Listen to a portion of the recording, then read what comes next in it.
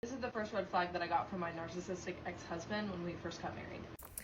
Go watch that video she made. There was one little segment in there where she talked about sleeping all the time. And I found it because I was scrolling through the comments and I saw someone else say, mine slept all the time too. I had no idea that was a form of manipulation. Let me tell you, sleeping all the time. Okay. Mine would always just say, oh, I'm a night owl, and I get that. People, they like to stay up, whatever, great. That's you, be you. I'm an early riser typically.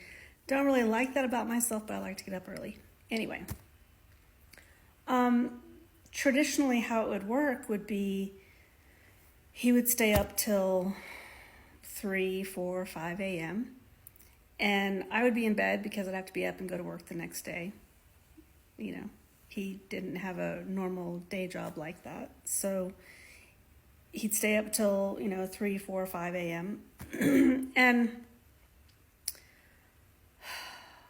then I would go to work. I'd get up, start getting ready for work. He would go to sleep.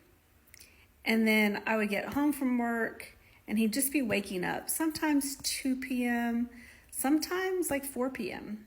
And so really what that meant was after I'm done with work, that really gave us really 2 to 3 hours before I was getting ready for bed to go to bed. So if we wanted to go out and do anything, go have dinner, anything, spend quality time together, it was that little short window of time, right? So, and then if I had a day off, it was pretty much my day off. I would spend it alone. I would figure out something to do with myself, and that would be it.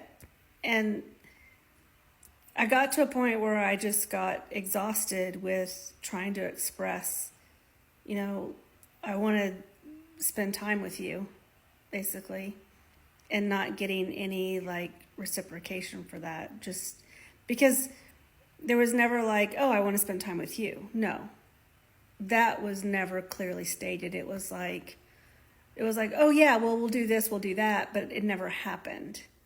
And again, it was oh, well, I was a night owl, I couldn't go to sleep. So the excuse was I couldn't fall asleep, so I just stayed up till 5 a.m. And then I was left there to go, okay, it's my day off, like a weekend or something. Guess I'll go have brunch by myself, right?